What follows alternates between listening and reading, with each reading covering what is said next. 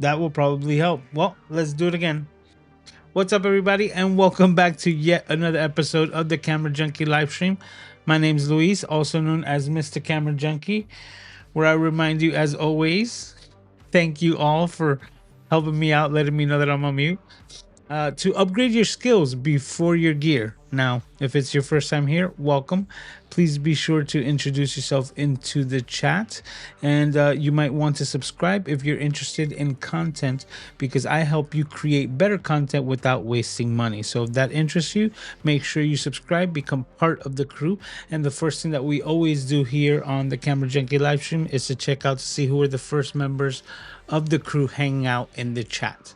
So with that being said, most of you are probably not going to see the edits where I was muted at the beginning half of this. So we're going to take it from the top. We got Paul saying greetings. We also got Sammy saying hello. We got Paul saying hello to Sammy. And Gretchen in here as well, saying that she made it and that she spent the last 45 minutes trying to get a little bird out of my studio. It wanted to watch me edit a video and kept flying around my head, landing above me and chirping. So that's cool. Like, for to give a little context, she lives in the Pacific Northwest, where there's a lot of amazing wildlife. Bald eagles land on her lawn, which is amazing. And this is just another part of it where a little bird kept flying around her head and chirping. All right. So we got past the mute aspect, and we're going to continue. Today we're going to be talking about the highly rumored Sony FX5 camera and the fact that it's all rumors right now. Like, that's basically all we have. And the leading source of a lot of, these camera rumors before they come out is a creator named Andrea Pazzini. I think I'm saying that correct. He's also the owner and runner of the Sony Alpha Rumors website. So with that,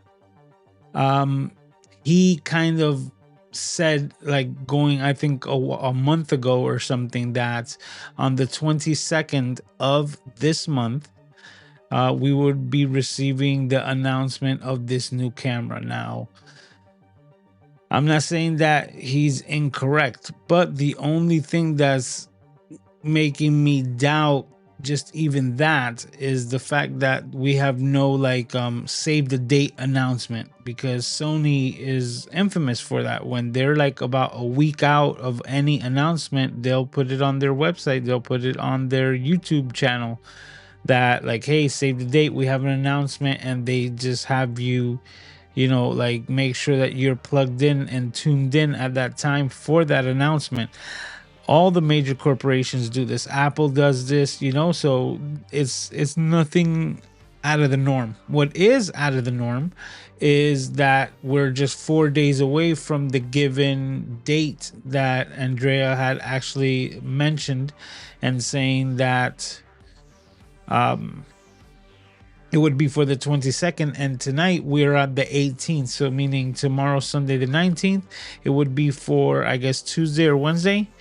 And but yet nothing, no save the date information on the website or anything like that. So even though we're getting some information and we've been hearing about this potential new camera from Sony, from even the patents and like the registrations in China and all of these things, which is where the leaks usually tend to start coming from, right? When they get wind of these companies actually putting in a serialized number into China, because that's the way that they have to do it to sell in China. And that kind of like lets the cat out of the bag that they're going to be releasing something fairly soon. And we saw that exactly with the new release of the RX, the RX5 Mark II or something like that, which seems to be a really good camera, but I'm probably butchering the name. And with that release, that's right on point. So right now we're just waiting for the new release of this newly named FX5 camera, and the same Alpha Rumors website has actually leaked some of the images, so we know that at least that's the name FX5. But that's about all that we know about this camera, and like I said, and we don't even have a save the date from Sony, so everything is still up in the air. I've been trying to not speak about this because there's so many things that were up in the air and so many things that changed from when we first initially started getting rumors about a month ago of this camera, and the fact that, like, a lot of the things that we were hearing are completely incorrect. So, for example, one of the first rumors that we heard that were coming out was that it's going to have a global shutter, right? And now Open Gate was another aspect of it, but it was going to have a global shutter, which is something that Sony had already introduced in the Sony Alpha 9 Mark III. And so we know that Sony had the capability with some of these sensors, but come to today, compared to a month ago, we now know more about the sensor that's being implemented, and it's a like stacked sensor, which is going to give a really fast readout, and I think is going to be also very good in low light, which is what the FX3 was kind of like the king of, the low light. So with that being said, um let's go over some of these rumors, but these are a little bit more cemented because we're getting closer and closer to this date, hypothetically. So this is where we're at right now. So some of like the headline things right now have to do with the sensor.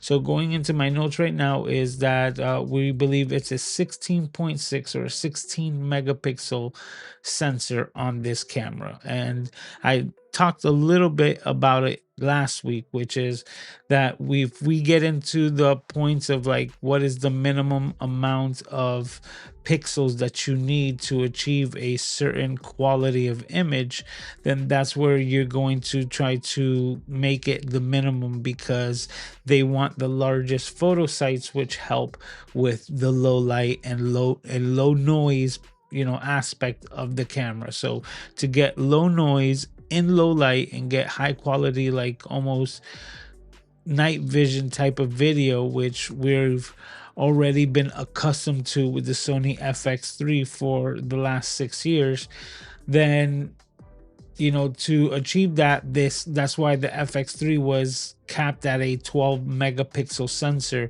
because of the fact that it was trying to get the photo sites as big as possible so that it could capture as much light as possible to get the high quality low light aspect. And that's part of the game. So it's like a seesaw, it's give and take. So the minimum to get a 5K image out of the camera is a 16 megapixel sensor. If you have 15 megapixels, then you won't be able to get that full 5K in what is the open gate, which is a 3x2.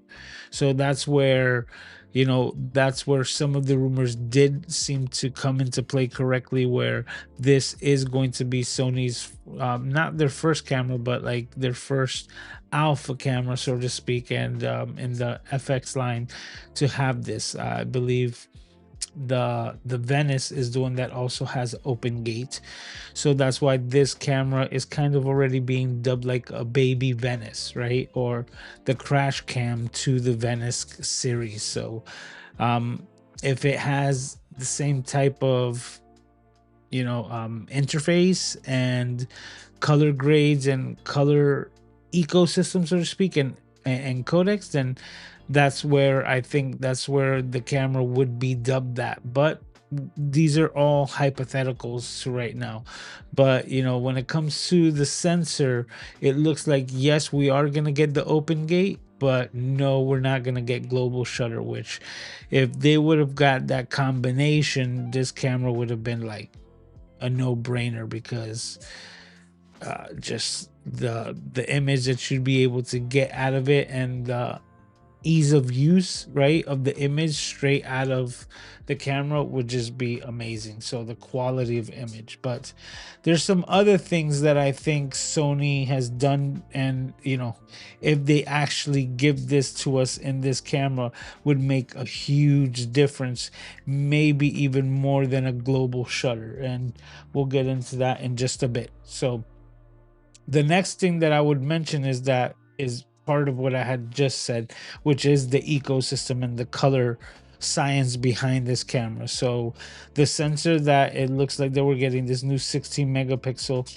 is going to be kind of like a Venice style. So they had already dabbled a bit with that with the release of the Sony FX2 camera, and they had given it the S cine tones and things like that, and they were saying like to kind of more match it with the Burano series, which is high praise, especially for that camera, because they designed it with the viewfinder as is, so that you'd be able to kind of use that camera to scout and take images and some video of certain locations and be able to color grade it to give you a better idea of what these images would look like when you're using the Burano.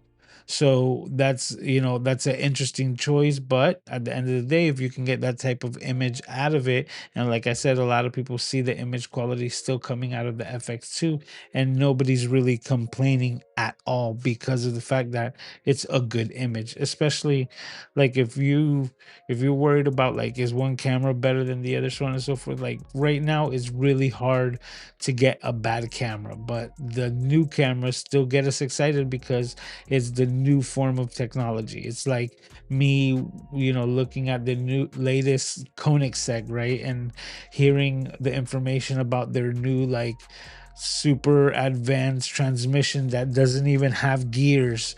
It just like shifts and it just continues like one continuous long gear, and it just takes you from 0 to like 200 miles an hour in no time, right? Am I going to be getting any Koenigsegg soon?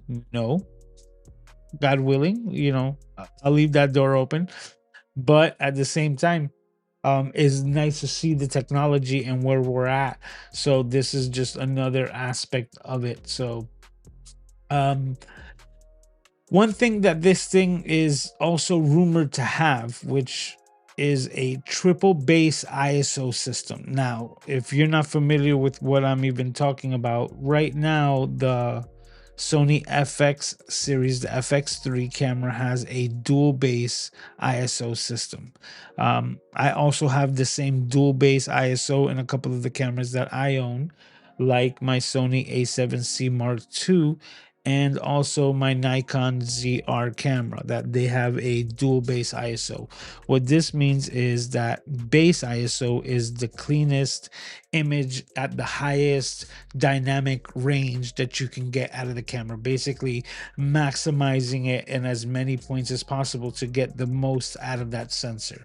The higher you go past that base ISO, each time that you click it, upwards, so to speak. So when you go from 800 to 1200 to 16 to like 32, 64, when you start throwing those numbers up there, you start adding more noise to your image. It's just like film grain, and actually getting a lack of exposure. You're gonna get a lot of noise, a lot of fuzz in the image. So to kind of mitigate that, these cameras, like particularly talking about the FX3, has a dual base ISO of 800, and then also 12,800, which is bonkers. And it's crazy because you actually see the grain getting like basically unusable, and as soon as you click over to the 12,800, it's like you're right back at the 800, and it's basically night vision, see in the dark, because you just need the minimal amount of light. It's crazy that if you use that as the second ISO at night with even just regular lighting, you might need to like start closing your aperture, or start using like a native a variable ND, right? neutral density filter just to actually mitigate the actual like image. So it's just amazing how good this camera has been for the last 6 years. But now with this camera, the new FX5, we're being introduced to a triple base ISO. So I also had mentioned that my Nikon ZR has a dual base ISO. That one has it of 800 and 6400, which is, I gotta be honest with you, really usable, right? Because it allows you to get good image, clean image at 6400 ISO and 800. So like, let's say you're indoors with good lighting, you can use it at the 800. But let's say you're at an event and you just step outside to use even like natural moonlight with a good lens, you'd be able to get clean, decent image at the 6400, and you don't have to walk around with a neutral density or variable density filter just to mitigate the extra light that you're getting in there so that you could expose correctly. Because when you start cranking these ISOs, even though they're clean, they, if you have too much light, then you're gonna have an overexposed image. So you're always messing with that, like I said, with the seesaw. So with this new FX5 camera, we're being introduced hypothetically to a triple base ISO. Now, if we're getting triple base ISO from Sony, I'd be really impressed if they go past the 12,800. Right. And now going to my Sony A7C Mark II, it also has a dual base ISO of 800 and 3200. So that's 3,200 aspects. So we're dealing much like shallower ISO field. So, you know, of course, less noise. But at 3,200, it flips back to that the clean image, and then it scales up. And when you get up there at the 12,800, it's not really usable on the Sony A7C Mark II, right? But it does give you a much better low light performance at 3,200.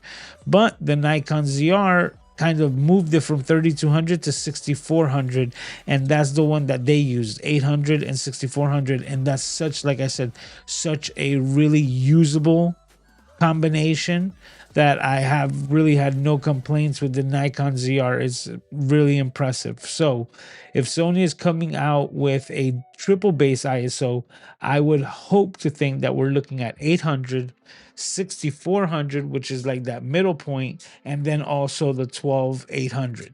Right. And I think if this camera comes out with all three of those, you can literally just avoid having to use like any extra filters when you need that extra low light performance on this camera. It would be crazy because you're still going to get that crazy 12,800 that you get from the FX3.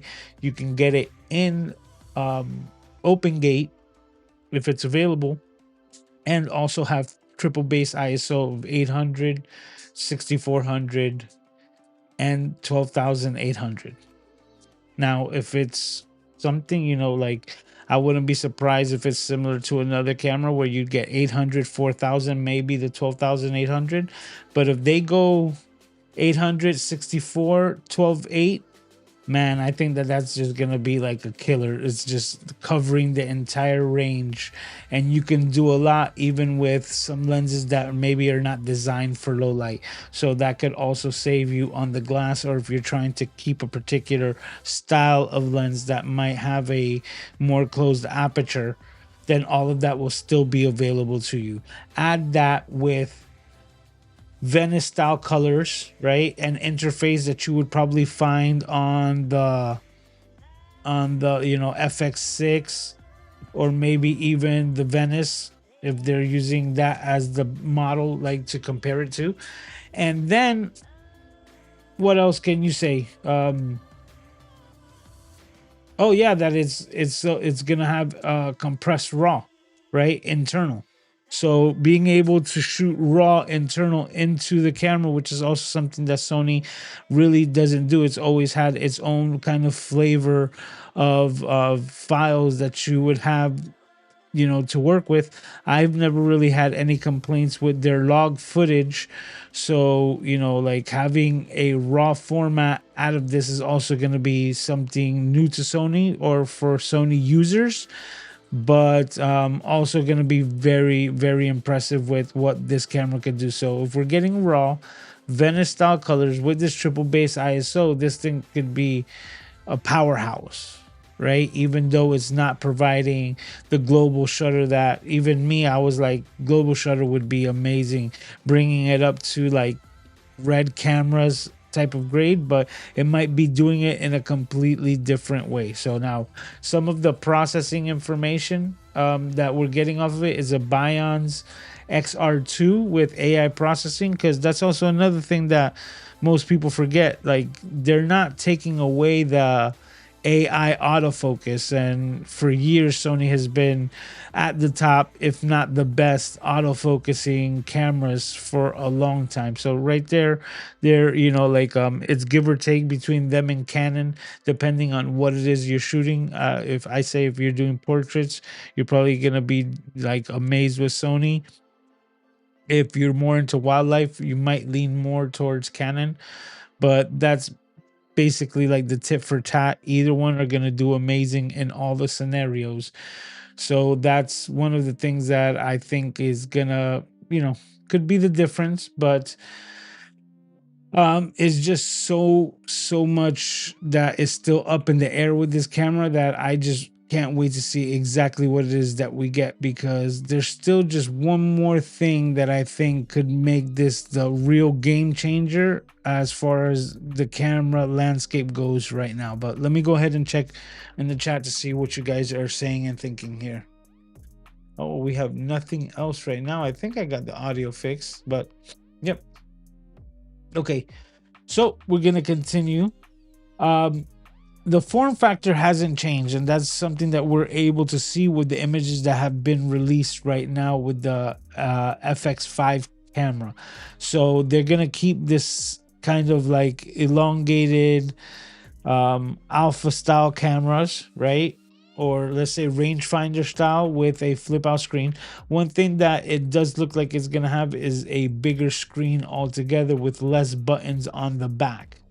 So, or maybe the buttons are rearranged and placed in different things, but they did make room for what looks like a much bigger LCD screen. So if it's anything like the ZR, that's also going to be something that's going to be a huge game changer, because of the simple fact that the ZR's LCD makes a huge difference. Like, it's probably one of the only things that leaves a lasting impression on you, because it's so easy to use that big screen. You can use it as a reference monitor, and at the same time, you also, like, as soon as you go back to the 3-inch smaller screens from Sony, you is where you notice the difference. And I've mentioned it before, it's like going from an iPhone 17 Pro Max to an iPhone 4, right? You just look at it like, we used to type on these things, but we also used to type on number pads. So going with that, it looks like it's gonna keep that same similar body style, same like heat dissipation, most likely with a fan on there. It's probably going to go to a 3.5 inch LCD comparative to the previous 3.0 inch screen that you get off of the FX3. But there's also something that has also been demonstrated, which is a modular EVF, which is a removable electronic viewfinder, which is something that I also wanted to mention to you guys as well. So let me go ahead and show you this thing over here. Let me go to this screen right here, and yeah. Okay, so this is the Sony NEX 5N, and I had this camera. This was like my first Sony modern camera, and this camera was straight up crap when it came to battery life. It was absolutely horrible. But there was a lot of features, because this is nothing new, right? And this is a 16.1 megapixel. It's funny, right? That has got the same sensor, but it was an APS-C camera. This was previous to the Alpha 6000 series, right? This is just a couple of years before. They use basically the same batteries now. The things that's super impressive of this camera is how small and thin it was, because it was like paper thin. Let's see if we get more than one image here on this website. No, it's not skipping, but I did have a couple of different images.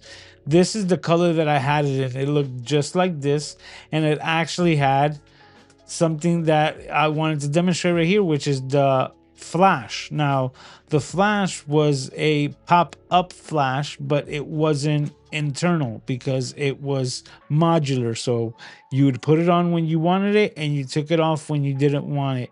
And this was very important because, like I said, the battery life was straight dog shit. Like, it was horrific. So you would have to carry a bunch of batteries if you wanted to use this for a prolonged period of time, which was one of the how can you say, one of the challenges that Sony went through in its early days. But with that being said, it made decent images because of that sensor, and it's actually the same sensor that I have on my NEX sticks over here, which, like I said, it's a CCD sensor. It's a good sensor, but the thing that I want to highlight is this thing right here on the top, which is the flash, because it is modular. And that's one of the things that this Sony FX5 camera is rumored to have, is a detachable EVF. So right away, some of the rumors that people are saying is like, oh, but it doesn't look like it moves. I'm like, of course, if it's going to be removable, it's going to be modular, and it's going to be able to adjust. So it's not even new technology in this day and age, because I had this prior to the Alpha 6000 series. Hold on, let me get something to drink.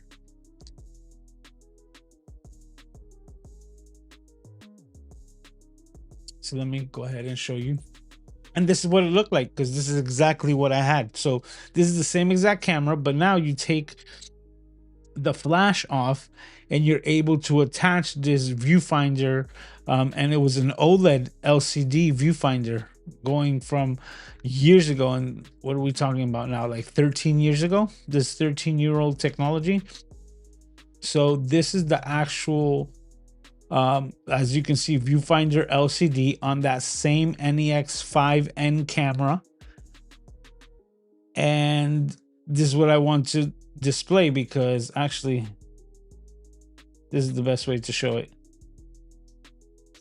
So this is the viewfinder, and this is basically what it looked like. As you can see, it has basically the precursor to the MI ports that we have on the Alpha cameras right now, and this was their first kind of like go to it and having modular connections to it. So this is what, like I said, the camera looks like. But as you can see, even back in the day, 15 years ago, it tilted up. That's what made that viewfinder good.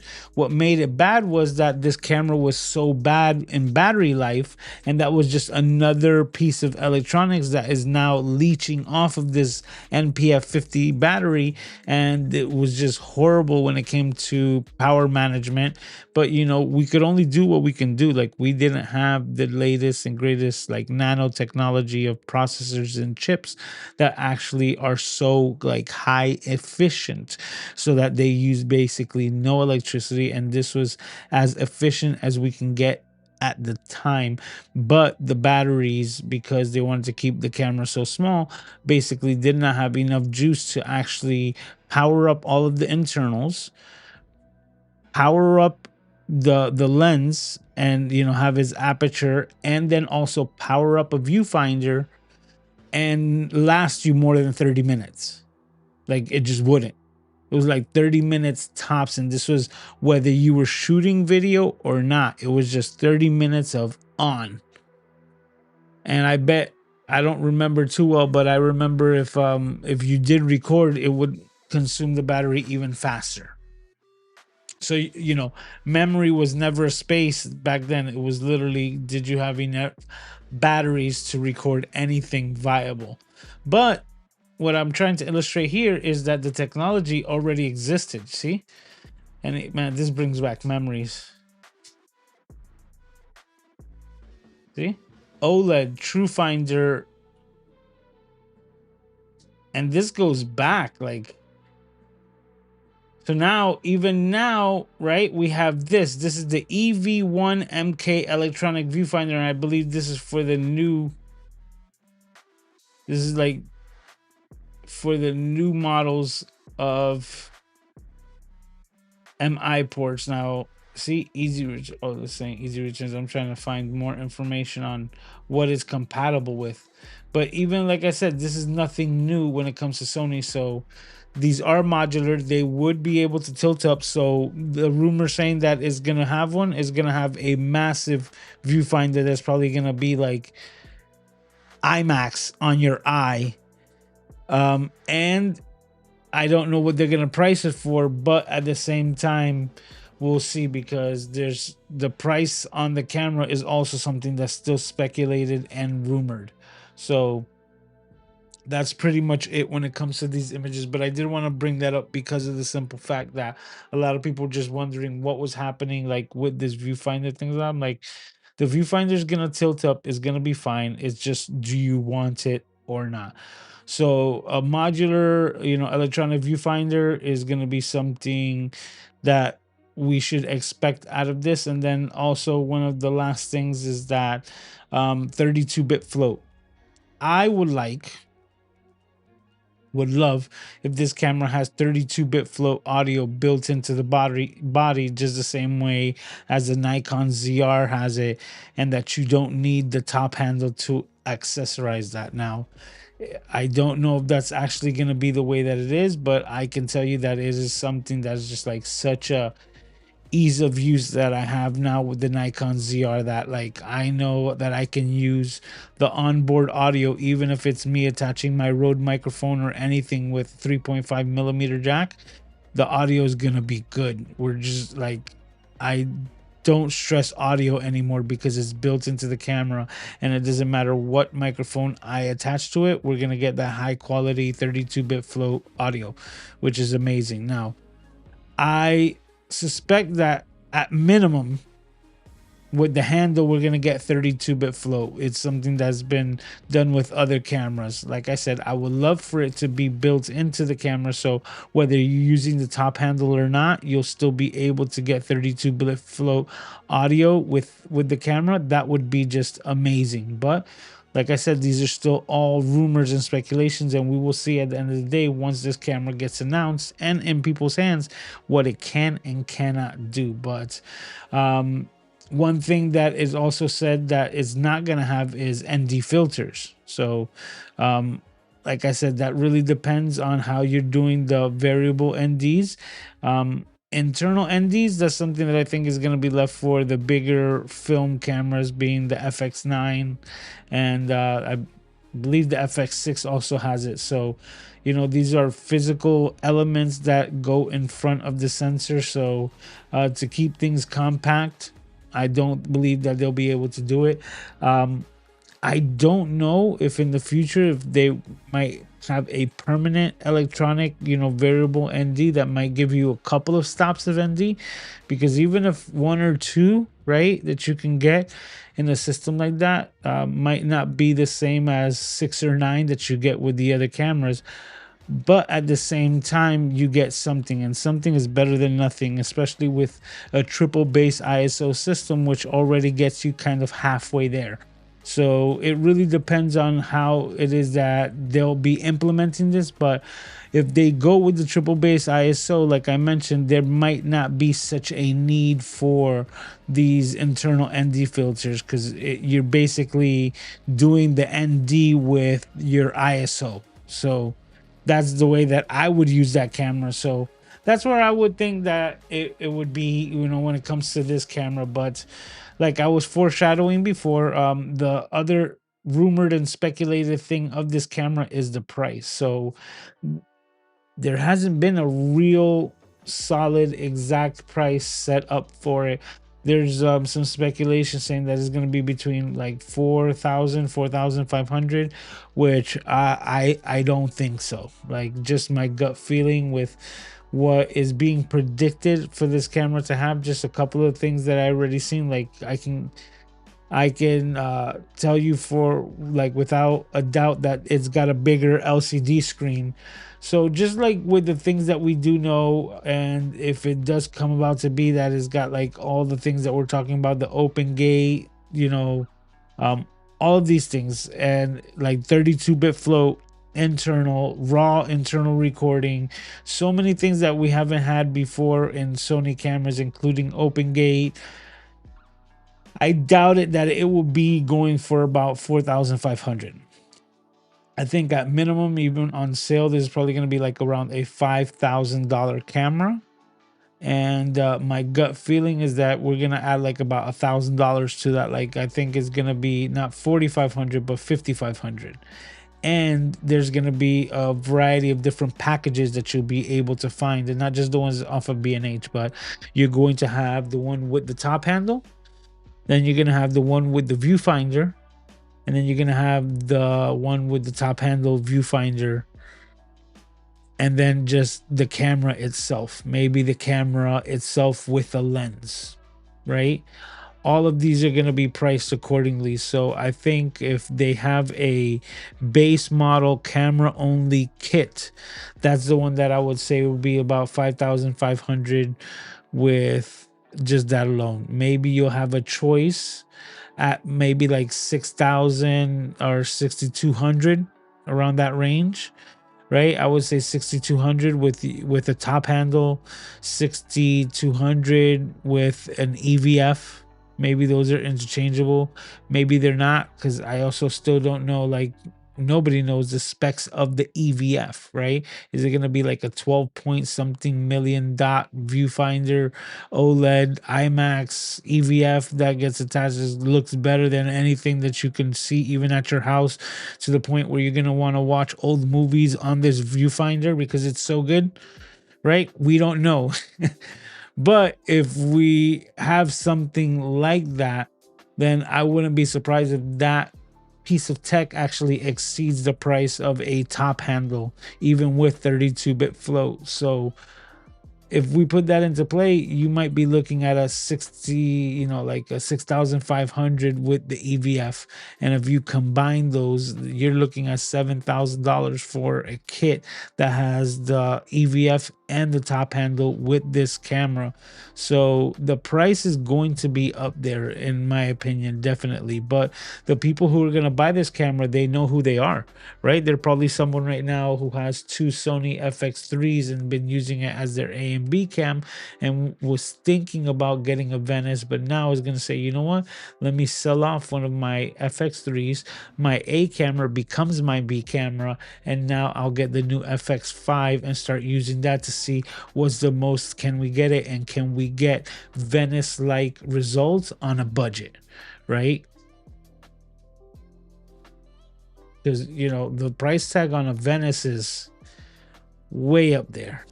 If I let me not put my foot in my mouth, but you know what? Let me just ask Google here, what is the price of a Sony Venice?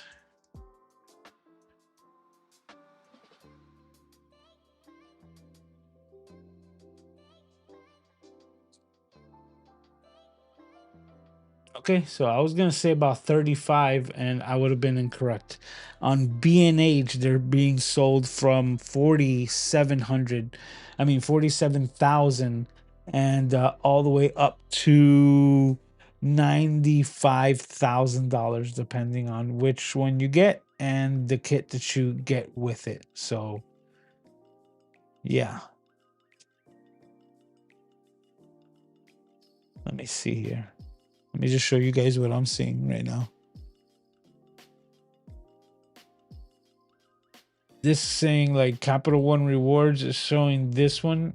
I guess maybe it's used, maybe on eBay or something, but this one's being sold for 16,000, and with the 8% rewards, 15,000. So I'm guessing 15,000 for a used Venice one. But right next to it, you can see it's being sold for 95, and that's just what I see here. B&H. We have this Adorama. We have that.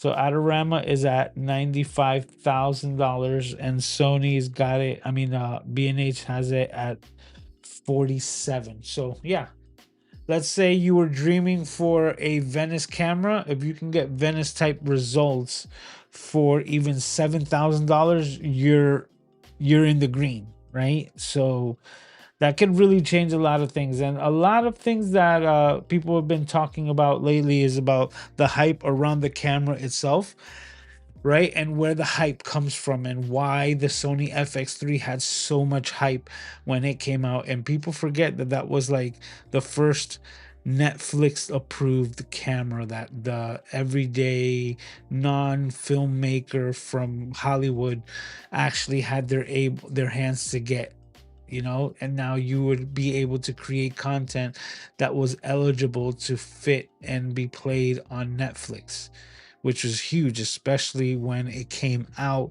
6 years ago. So that's one of those things that was super big with the Sony FX3, where it was like not only can you make that type of quality video, but Netflix themselves would actually accept files and videos that were created with the FX3 to be put on their platform, which was completely new.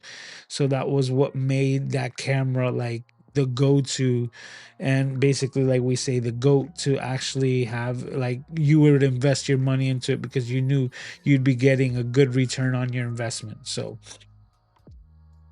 I don't know if this one is going to have that type of hype, because now there's a lot of cameras that meet that quality standard, and it makes things just that much different. But at the same time, maybe it has some of these other things, which is, you know, we're getting close to the hour, which is the last thing that's rumored that I just kind of left, because I think this is where the make or break of this camera at the end of the day is gonna lie on, and I'm saying it here, which is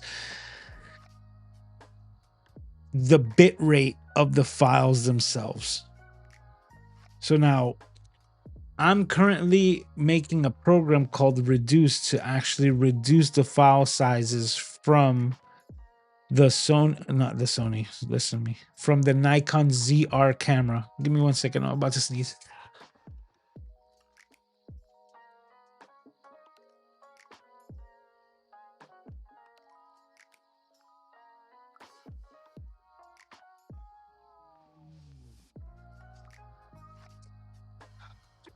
I don't know if Chris picked that up, but ooh, okay. So where was I?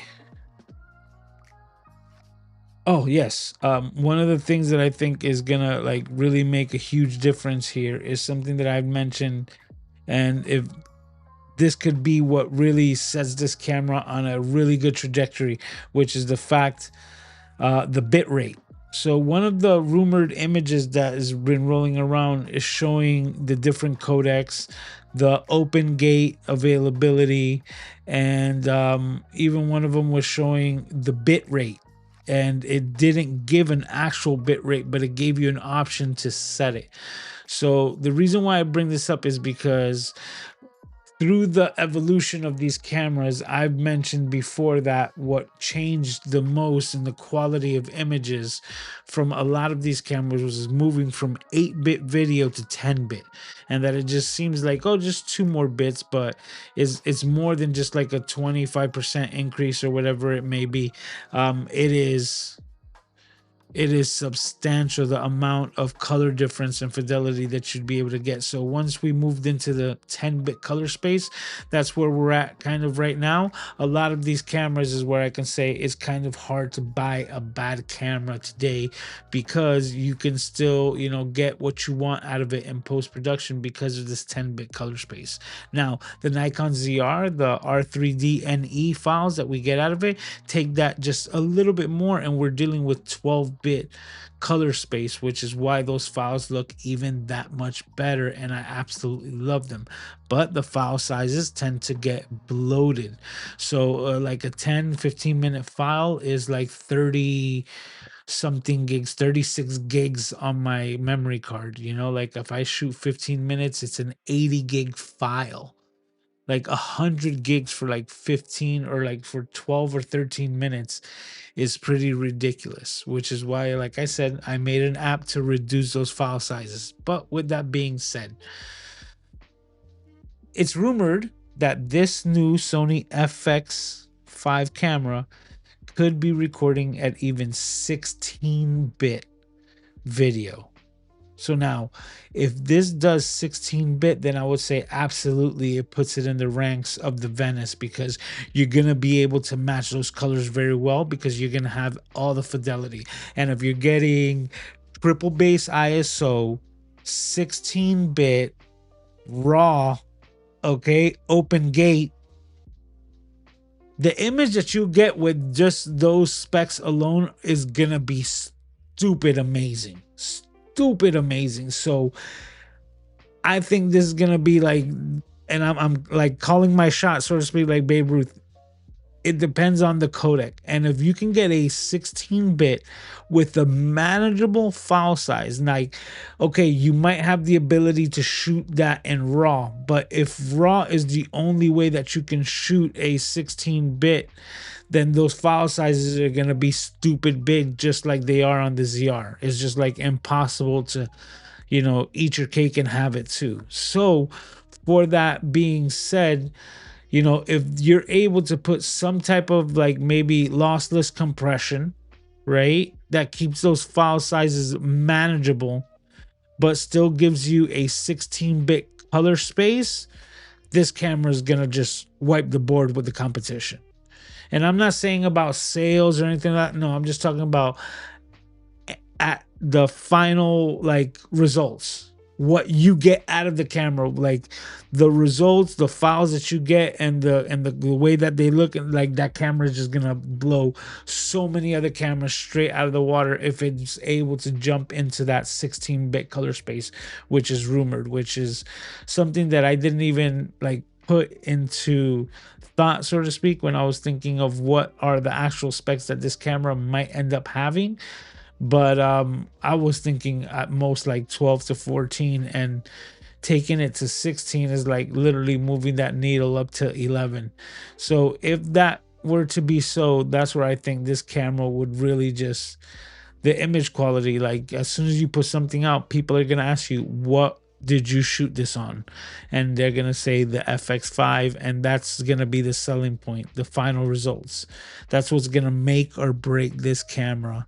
At the end of the day, it's what makes or break any camera. So I think if they're able to pull something off like that, 16-bit color space, some type of lossless compression where you can get like great log files, like, I'm not saying that you shouldn't have the raw availability if that's what you want to have out of the camera, but if you're able to have raw and have some form of lossless compression, a log file format, an S-Log 3 or something like that from Sony, that is still manageable and gives you a 16-bit color space, like Vince Carter said, it's sober.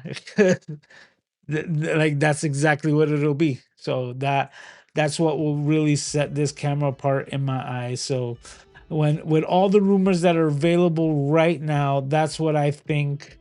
If the rumors that we do have are viable, that's where I would say, even at the price point of 5,500 body only, all the way to kits to like 7 and maybe even 8,000, I think it'll still be a viable option if that's something that you're looking for, because you can get everything that you want out of the image that you'd be looking for thousands upon thousands less. Because even the best price we were looking at, yeah, because you're talking about a tenth of it at 95,000, and about a 20% of the actual total price, so saving 80% on a $47,000 camera. Kind of like no brainer. And it will have the latest and greatest like internals when it comes to the chips that are like applied to it. The autofocus, you know, is gonna be there, and if they have that color space, it's just a no-brainer combination. So let's see exactly what ends up happening. I would love to hear your thoughts in the comments down below. So let me know what you think of this new Sony FX5 camera, the rumors, and also let me know what would be the the price that you'd be willing to pay, right? What would be that price? What would be the right price for you if these specs are what you get out of this camera, and if this is what you're looking for, how much are you willing to dish out?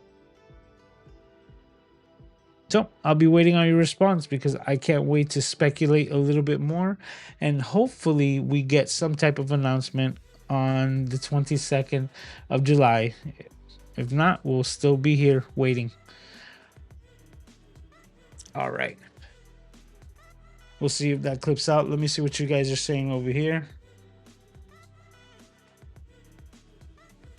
Nah, brother, right on time.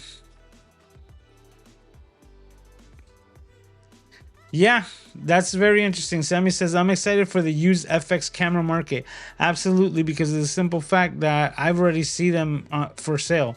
Now, I also mentioned that I seen them for sale for like pretty much going price. Like people are putting them on the used market for $3,800, $4,000. I'm like, that's the B&H price. Like, I know that they're already trying to fend off as many of the low ball offers, because if you put it for the price that you want to get it, people are automatically going to offer you less.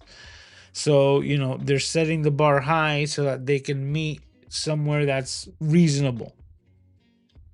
With that being said, I am seeing a lot more FX3s on OfferUp, on Facebook, and everything like that. But I do think it has to do with display. Like, this isn't their only camera. They're selling their B camera to keep their A camera and convert that into a B camera with this new, you know, with this new release. So,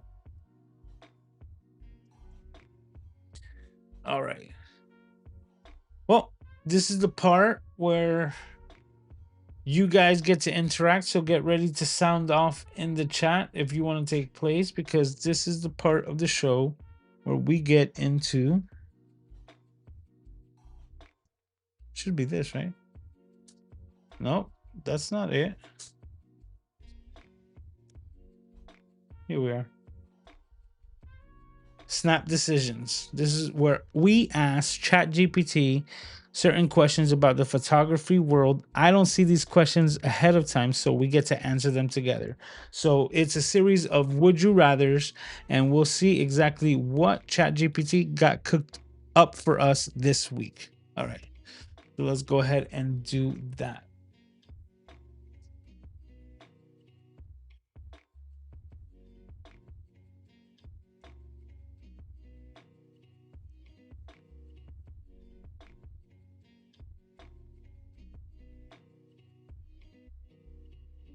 Okay, so right now I'm going into chat from GPT.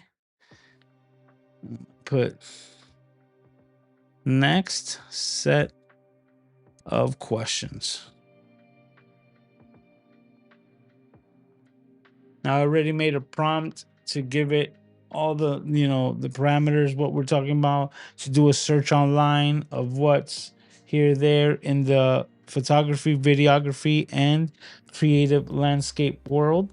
So this week's Snap Decisions question number 1: would you rather have every lens you own become one stop faster, or have every camera you own gain 2 extra stops of dynamic range?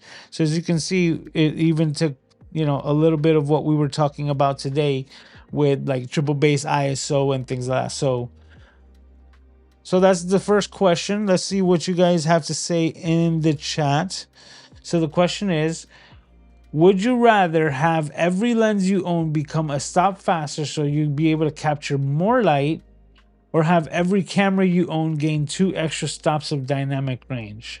Well, even though the second part of this question seems like, you know, like you'd want it in the camera, in all sincerity, I would love to have every lens have a stop faster, because like I said, the cameras are not bad the way they are right now.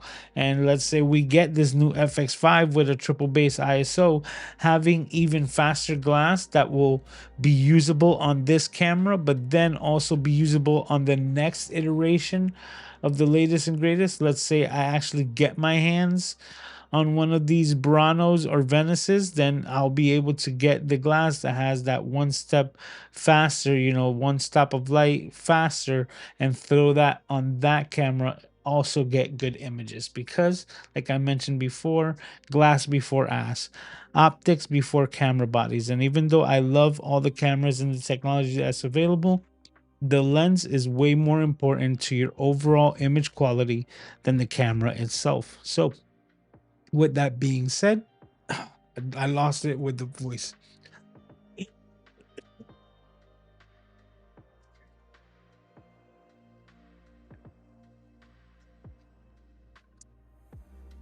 With that being said, I would choose the one stop faster on my lenses. Let me see if you guys have anything. No responses as of yet in the chat, but it always takes some time. While I wait for your response, I'm going to move on to question number 2.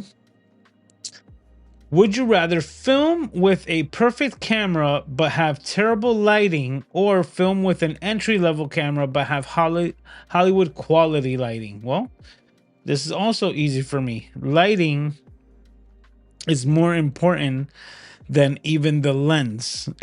That sounds crazy, but it is, because small sensor with barely no lens and amazing Hollywood quality lighting can still get you a commercial quality image, which is why Apple shoots all of their things now on the iPhone, just to demonstrate exactly how good these cameras on these phones can be.